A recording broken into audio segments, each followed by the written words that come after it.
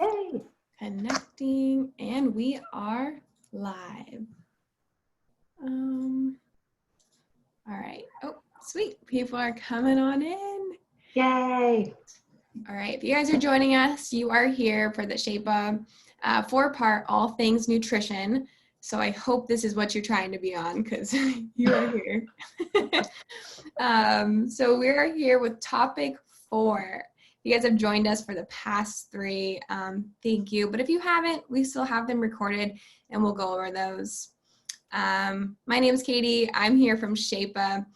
We are going to give it maybe a minute or 2 to get started to let everyone kind of figure out the Zoom, hop on.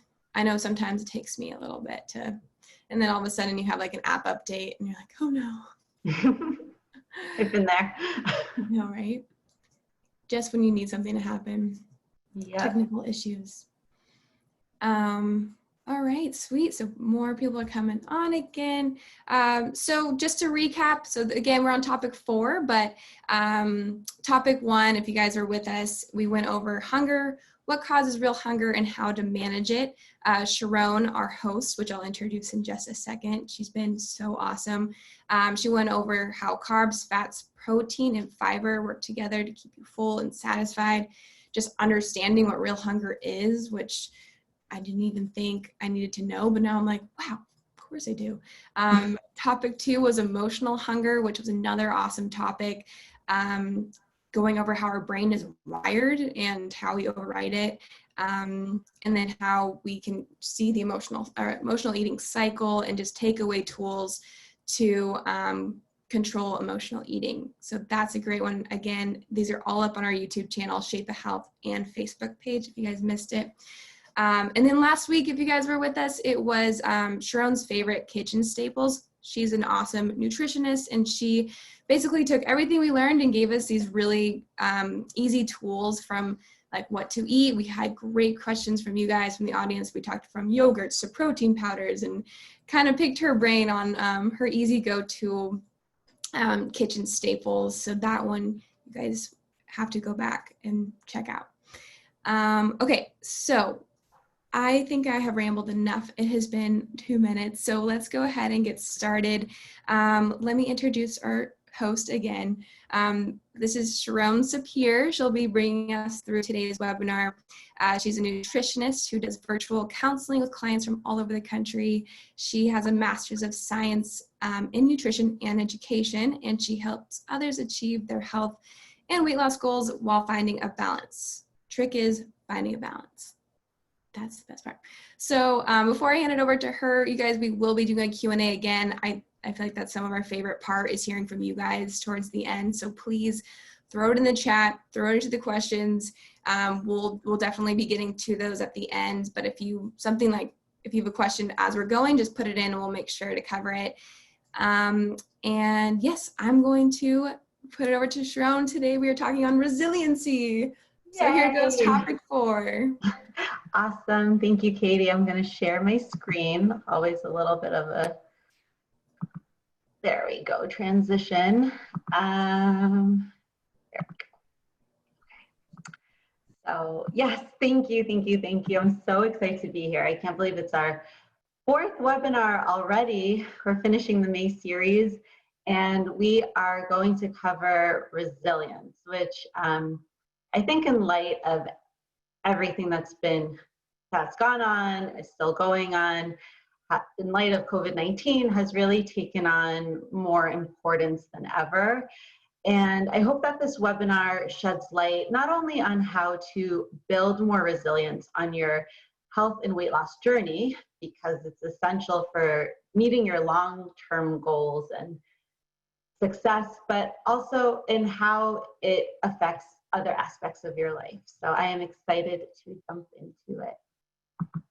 So I'll be speaking for about 20-25 minutes or so, not only on what is resilience, why it really matters where you put that energy into, but your mindset and the different components of your mindset, because mindset is very much tied, if not completely, into resilience. So we'll be talking about how to shift so that we get more of what we want. So what is resilience? Resilience is being able to recover and stay the course. Before COVID-19, you might have been on a roll. You might have been going to the gym regularly and feeling great about your nutrition. When we're in a routine, when everything's going well as planned, we feel amazing. It's really the best feeling in the world. It's exciting, it's motivating. But what does life do? What is life really good at? It's really good at throwing us curveballs. In this case, we got a really big curveball in the form of a pandemic. But even if, pandemic aside, life is really good at throwing us surprises. It can be stuff with our work situation or relationships or random things that come up that throw you completely off your routine. And when that happens, we kind of lose our way. We can experience setbacks. We slide back and it feels defeating. It's disappointing, and sometimes it's even hopeless. But how we deal with those setbacks really determine whether we continue down this spiral or if we're able to right our way with minimal impact on our long-term progress. And because we're emotional beings, we often overestimate the impact of a setback and underestimate what having compassion and forgiveness for ourselves and moving on can do. And one of the ways to undo this thinking is to practice resilience. Resilience is a muscle. The more you work it, the stronger it gets. So the more you challenge yourself, possibly fail, learn from it and grow, the better you're going to be at recovering. Resilience is not, I'm going to try again, and this time I'm going to be perfect. That's not resilience. Resilience is understanding that you are going to try, you are going to mess up sometimes, you are going to learn from it, but you are going to keep going. So,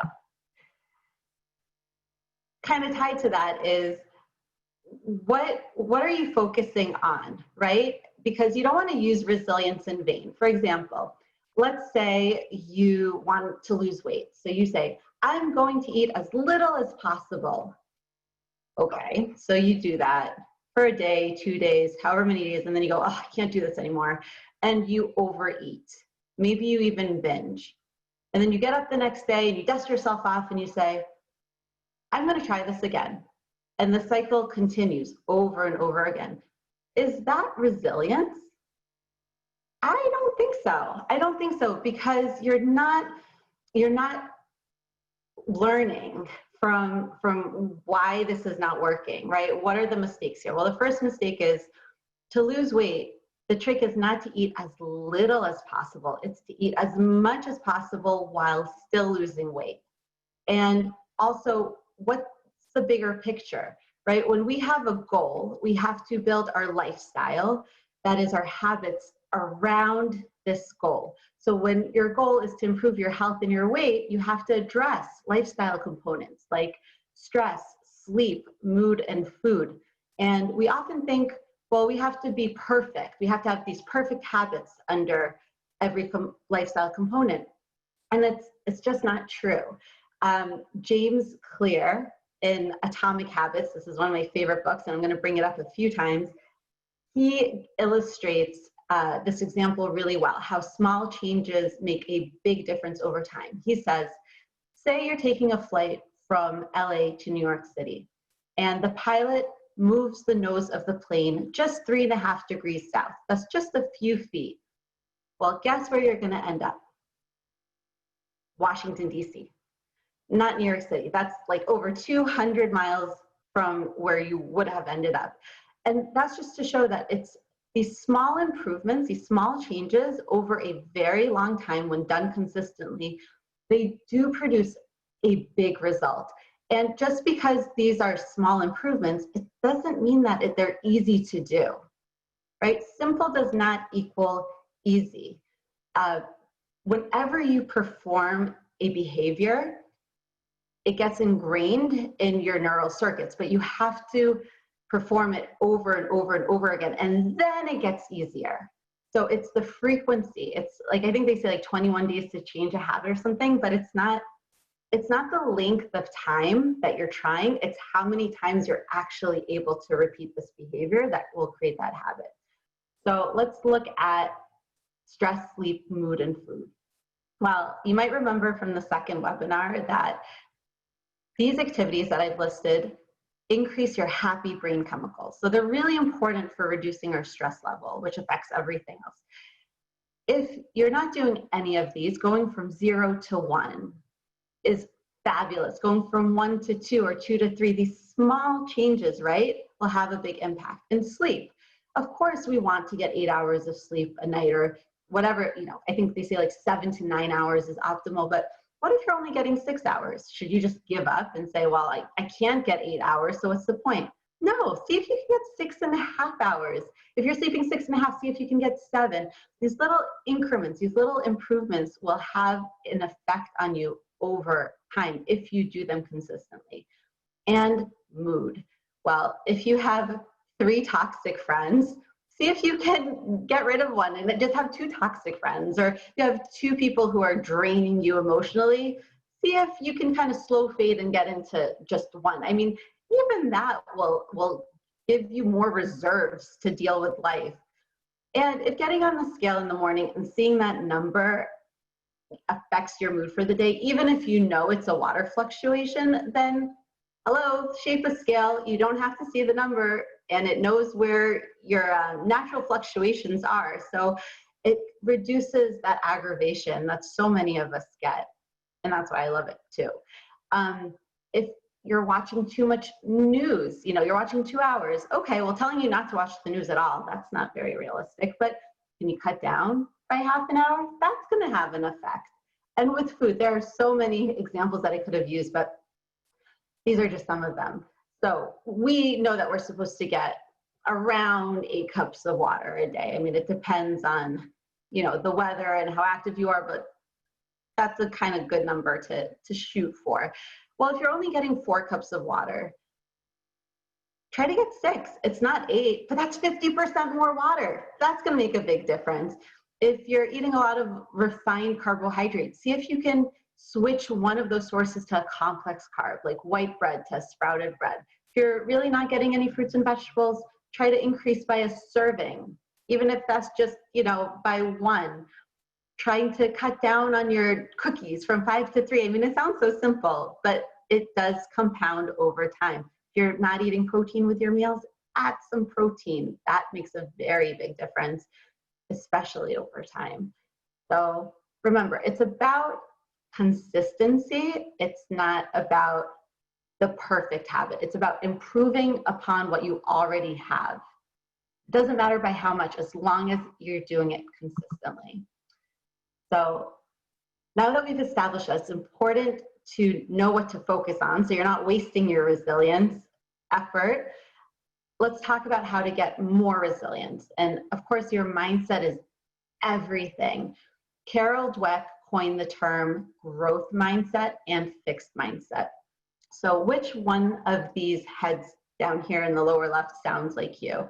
Is it, you know, challenges help me grow, or I don't like challenges? Is it my effort and attitude determine my abilities, or my potential is predetermined? If you have a fixed mindset, a setback is, you're going to feel like a setback defines you forever. That's the fixed mindset. But with a growth mindset, you understand that a setback does not determine your ability or your potential. And I'm sure you've had both of these mindsets at different times in your life. I often hear people say, I feel like I can do anything in my life. I can rise up to any occasion, but with weight loss, I can't. It's like the one area in my life where I just can't. And I'll be honest with you, I think part of that is the diet industry, because it makes you feel like you failed, not that the diet failed. It's not that the diet was unsustainable or didn't teach you any skills, didn't teach you how to navigate food choices in the real world, it's like, well, you couldn't follow it, so you're a failure. And that's what this industry is based on. So you have to understand that you've been influenced in that way. That definitely contributes to having this fixed mindset around improving your health and your weight. So how do we get more of a growth mindset? Well, there's a number of factors that help us achieve that. For one, gratitude. Do you appreciate the little things? Do you appreciate even such small things as like clean running water, a working toilet, toilet paper? I will never take toilet paper for granted again, right? I will never, ever, especially Charmin, I mean, that stuff, right? Like the little things. Do you remind yourself of all the little things that you're grateful for? Phrasing things from I have to, like I have to work out, to I get to work out. Like, wow, I have working limbs and I'm able to exercise. Like, what a luxury. Or I can afford fruits and vegetables and high quality proteins and whole grains. So thinking of things as I get to, rather I have to. Do you focus too much on perfection? Voltaire said, the best is the enemy of the good. So I take that as doing 80% of the time is better than doing 100% 20% of the time, if you follow me, right? So being consistent, even if you're not perfect, that's going to get you way more results than these short bursts of trying to be perfect. Do you count the small wins? Do you count having more energy, feeling better, your clothes not feeling as tightly, seeing green on your Shapa scale during a holiday weekend and the week after when normally you would gain weight? You know, have you been able to maintain your weight? Well, that's a huge win. That's huge. So do you recognize those small wins? And do you have realistic expectations? I'm sure you've heard, you know, you can lose 1 to 2 pounds of fat a week. Well, not indefinitely for most people. After the initial loss, which is mostly water, 1 to 2 pounds a week actually isn't very realistic. A sustainable rate of fat loss is closer to half a pound to a pound a week, which sounds very little. But if you think about it, that's 26 to 52 pounds a year. That's a lot of weight. So yeah, that's really big. Are you being realistic about what you're willing to sacrifice, right? I mean, we all love to imagine ourselves like super chiseled and seeing our muscle striations, but are we realistic about what we would have to sacrifice to look like that? Is it worth having that anxiety around social situations and food? Yeah, you have to be realistic. That is definitely part of getting into the right mindset. And often when we're in a fixed mindset, we have very, very negative self-talk. It's kind of amazing how awful we can be to ourselves sometimes. I mean, this can stem from childhood. If you were spoken to like this, it makes sense that you internalize it and that's how you speak to yourself. But for some of us lucky ones, we just intrinsically speak horribly to ourselves for whatever reason. I'm being sarcastic, where it's not lucky at all, but it happens. And unfortunately, this negative self-talk is so counterproductive. It's been shown that, I mean, in many studies, but I'll just bring a couple. There was one study where participants were either made to feel guilty about eating indulgent foods or good about it. And the ones who felt guilty ate more. And there have also been studies that correlating people who feel good after eating cake and satisfied versus feeling guilty, and how the people who feel good about it have better weight loss outcomes. So this negative self-talk just doesn't help us. Guilt and shame don't allow us to hold the space for us to learn and grow from situations. Only forgiveness and compassion do. And the golden rule is, if you wouldn't say it to your friend, Don't say it to yourself. If your friend came to you and said, oh, I feel terrible, I just ate an entire pizza, would you say, ugh, you're disgusting? No, I doubt you would say that. You wouldn't say any of the things that you would say to yourself, to your friend. So just follow that rule. It'll cut down on a lot of meanness. I used to be terrible, like really horrible with how I spoke to myself. And it was only when I recognized that, hey, I'm human. Like, I'm human. I'm going to mess up sometimes. Okay, let's examine what happened here. What can I do for next time? That I start to make progress. And many of my clients are shocked that I don't yell at them or express disappointment when they go off track. I think they're even disappointed that I'm not this like mean mommy, like who's keeping them in line. But eventually they realize that support and empathy, not coddling, support and empathy really allow for more progress.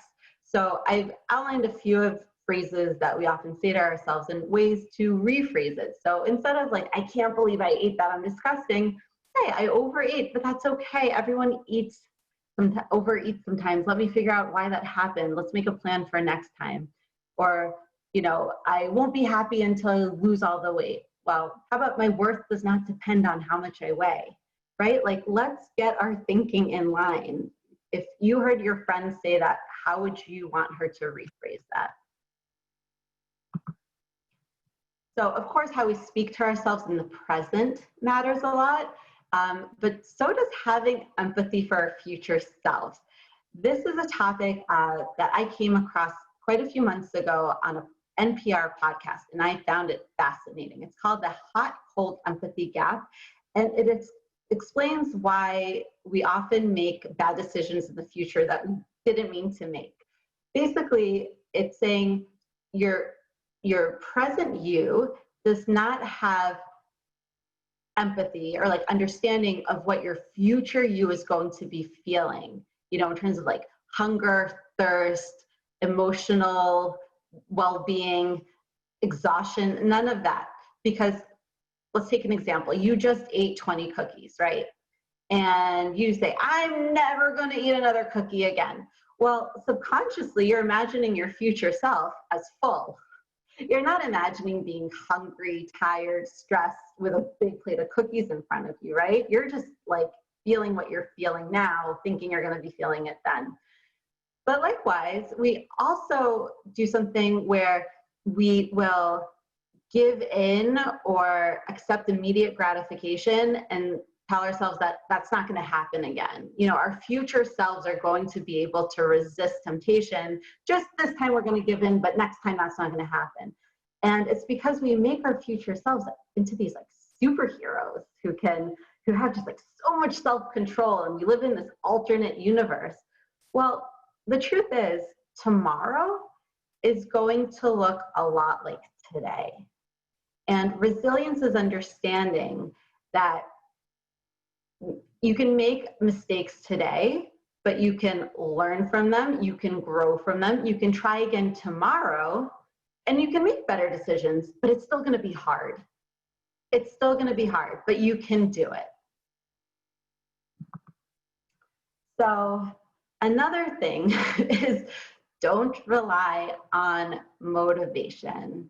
Motivation is your fair weather friend. It's there for you in good times and it abandons you in bad times. I have a quote here from Oprah. She says, lots of people want to ride with you in the limo, but what you want is someone who will take the bus with you when the limo breaks down. That is not motivation. Motivation will not take the bus with you. If you rely on motivation to spur action, you will never act enough times to actually produce a result. So that's not something that you can lean on. In his book, Atomic Habits, James Clear, he gives this great example using an ice cube. So you know that an ice cube melts when it gets to 32 degrees. So does that mean that the effort, you know, the energy that goes into raising the internal temperature of the ice from 29 to 30 or from 30 to 31 degrees doesn't matter just because it doesn't start melting then? No, Of course it matters. You don't see any physical change, but it matters. And this applies to all habits that you adopt. When you adopt a good habit, you're probably not going to see the result for days, for weeks, maybe even months until you cross a certain threshold. That's a 32 degrees, right? And then you might see a big difference. So that's why you have to just keep repeating these actions, and you can't rely on motivation, because if you do, you're just not going to repeat the actions long enough to actually see a result. So what's your friend, right? In the lower left corner, I have a cartoon. It says, you know, we're good friends when I no longer feel the need to clean up before you come over. Ain't that the truth? So who are these amazing friends who don't care about you cleaning before they come over? It's your why and your identity, right? You'll always have those. So your why is, why did you decide to make a change in the first place? Was it because you wanted more energy? Was it because you were sick of wanting to burn your closet down every time you had to pick out an outfit, right? Was it because you want to just feel comfortable again? Is it because you want to dance at your kids' or your grandkids' wedding, right? That always stays with you, always. And your identity too. Who do you want to be? Who do you want to be seen as, right? I'm Sharone Sapir, I'm a nutritionist. I care about my health. So that's going to affect the choices that I make, right? That's how I see myself.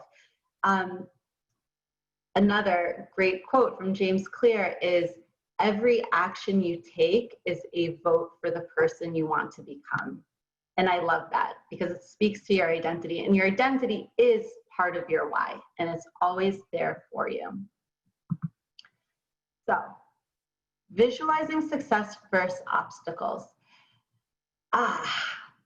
This might go against some advice that you've heard to visualize yourself succeeding and visualize yourself doing everything you want to do and accomplish. And I'm going to tell you, I think that's very, very bad advice, because we love to visualize ourselves succeeding. We get such a high off of imagining improvements and how we're going to look and how we're going to feel. I mean, that's the fun part, especially after you've eaten a whole plate of cookies or you're just feeling horrible, right? That's the best way to make yourself feel better immediately.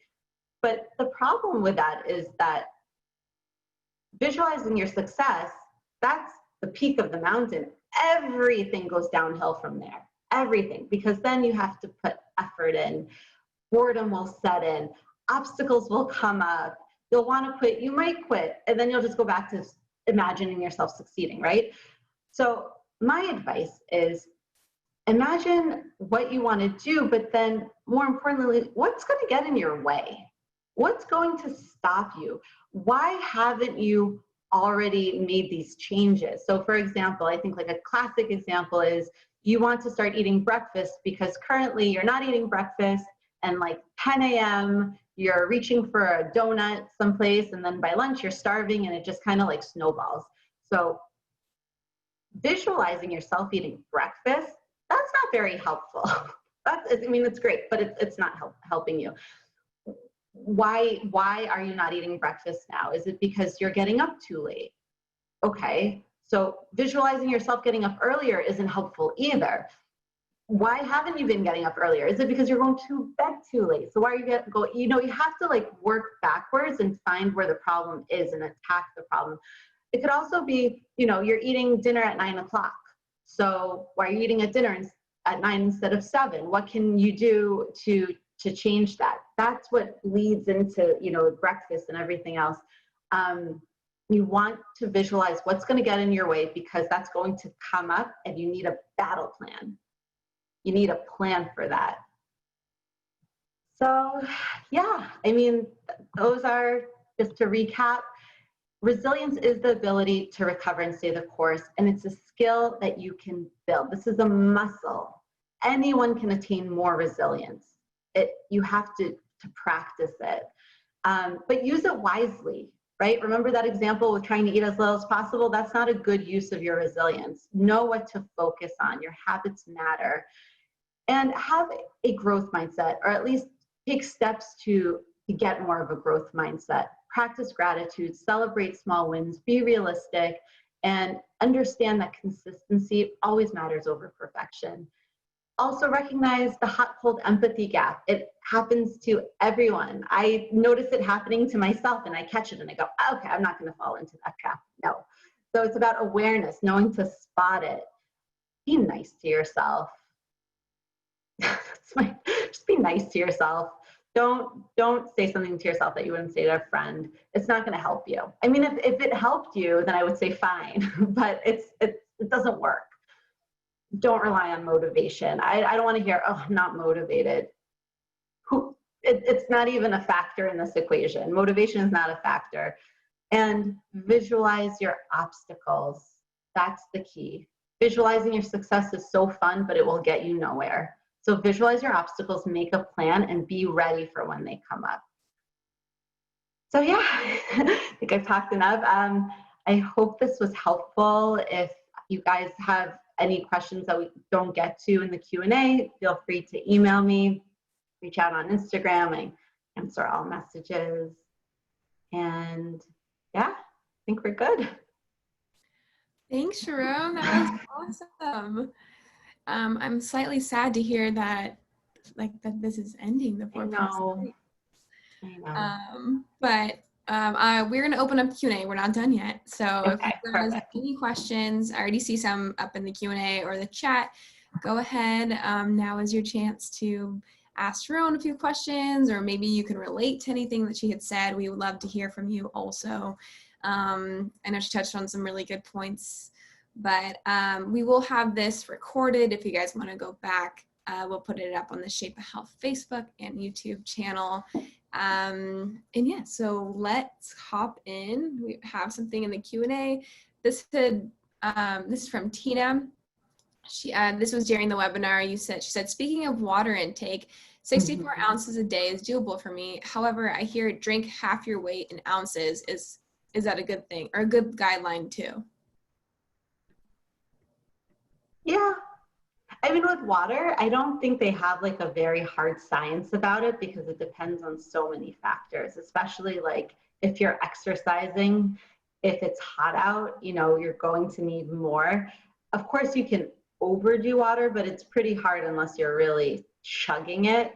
So half your weight in ounces, I mean, that sounds like about right. I'd say sure. And it's great that you're getting 64 ounces. That's fantastic. Yeah, I loved your point where you're like, sleep, I remember I would tell my fiance, I'd say like, you need to get like 8 hours of sleep. And he was getting like 6. And I was like, I'm like, this is you speaking to me, because I need to say, you should get 6.5. And then that's good, versus me just being like, you've got to be the best, Yeah, that brings up a good point, because momentum is so important. It's really about momentum. So when you make a small improvement, you're gaining that momentum. So just start there, because even if you stop there with a small improvement, it's still going to have an effect over time. But more likely, you're just going to build on it. It's going to gain traction. So start small, start doable. Yes, great advice. We had Sam add into the chat, howdy from Texas. Hi. Howdy. Howdy. Shout out to all our Texas friends in here. Lauren, this was incredibly helpful. Thank you for providing these presentations. Of course. Thank you for coming. Awesome. Cecilia, this is such an awesome, timely, and applicable, just one of those words that just not coming out right. Topic. I love the growth mindset tie-in. Any suggestions on encouraging a spouse to think about this too? I will show him this for sure. This webinar for sure. Oh, that's a good question. This is where it would be really helpful if I were a psychologist. So instead, I'm just going to give you like non-professional advice. I would say demonstrating it yourself is really important. And sometimes when we try to help people, we put them on the defensive without meaning to. So saying like, why are you so negative? Or like, why can't you think of it this way? We mean, we have good intentions, but all it does is cause them to push back and kind of feel like, they're being attacked. So I would just demonstrate it yourself. If they're seeing the negative, you can say, oh, but hey, did you notice this or this or this, like as gently as possible. Yeah, my non-psychologist advice. Yeah, no, that's really good. And I feel like that's why some of our Shapa missions will add in like your environment and like your social people who you're directly next to you, because sometimes that can be like really what makes or break your health journey. Yes. We hear that a lot in like health coaching as well. So it's tough when like your person you see every day is not on the same page, but then you don't know how to nicely be like, get on my page without them being like not about it.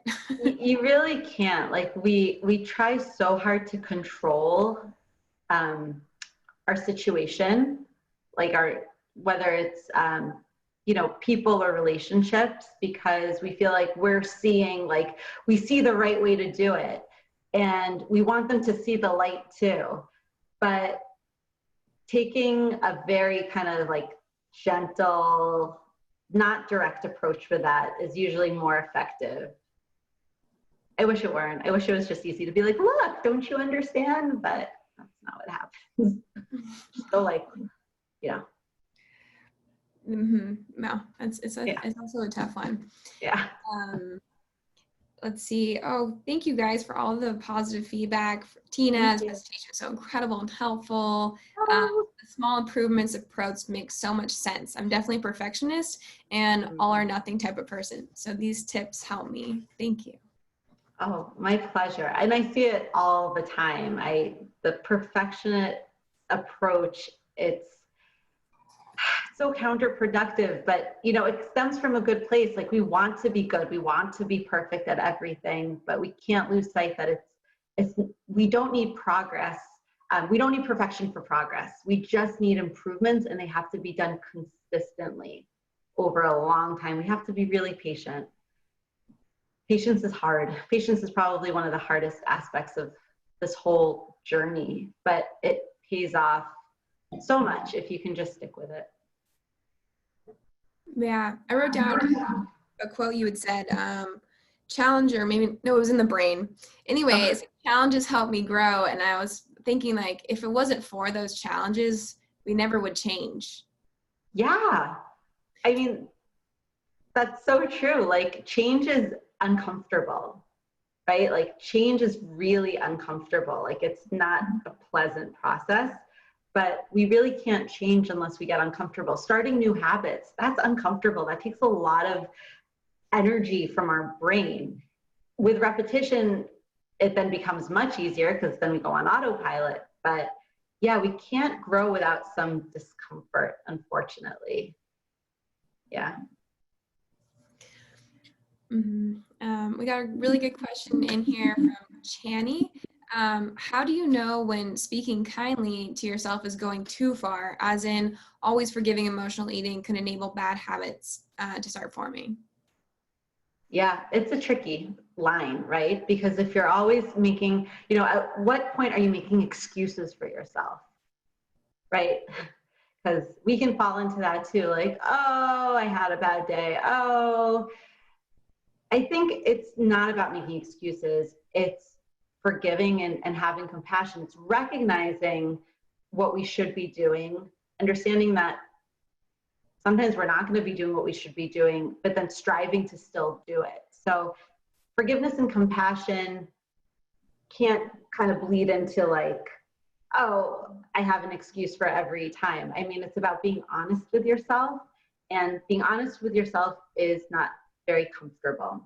But again, growth comes from discomfort in many instances. So yeah, get real with yourself. It's not easy. And that's why having a coach or being in, some sort of accountability program helps a lot of people. It's not for the coach to yell at you, but it's for the coach to say, hey, you said you're going to do this and this and this. Why didn't that happen? And then it kind of forces you to examine and analyze versus cutting yourself slack over and over and over again. Yeah, it's kind of like you showed us in topic 2, the emotional eating cycle, and Yeah. almost just taking like a step back, at least how I've seen it, and just being like, what is going on, and yes, being kind to yourself, but also being like you said, being real. Yeah. That's a tough balance, though. It is. It's not easy. Another question coming in from Annette. If we can't rely on motivation, how do we even get ourselves going on a path of improving? Yeah. So that's where your why comes in. You'll always have your why. So why did you decide to make this change in the first place? There must have been a reason, right? What's in your life that you don't like, that you're not happy with, that you want to change? Center in on that reason and keep it close to you and think about it a lot and refer to it. I mean, I really don't like to exercise. Like, you'll see me on my Instagram, like pumping weights, and I'm telling you, I really don't like to. Most of the time I'm kind of counting down like the reps because I hate it. But I ask myself, why am I doing this? Well, because I have diabetes runs rampant in my family. So I know that strength training and doing aerobic training together really helps to prevent the onset of diabetes. So I say, okay, I don't want to get diabetes. I want my bones to be really strong. I also have osteoporosis in my family. So I want to protect my bones.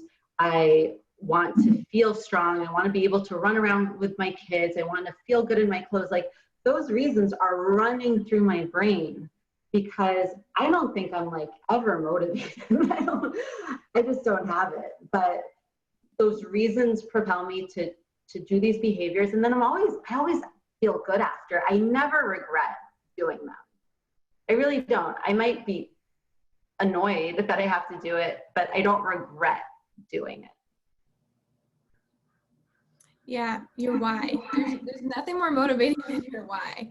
And it goes beyond just like looking good, like you said, but Yeah. chiseled. It only lasts so long for motivation. Yeah. Yeah. Another one coming in from the chat. I really liked the screen earlier on focus on what matters. It is the little things that will really help with coming up with a plan.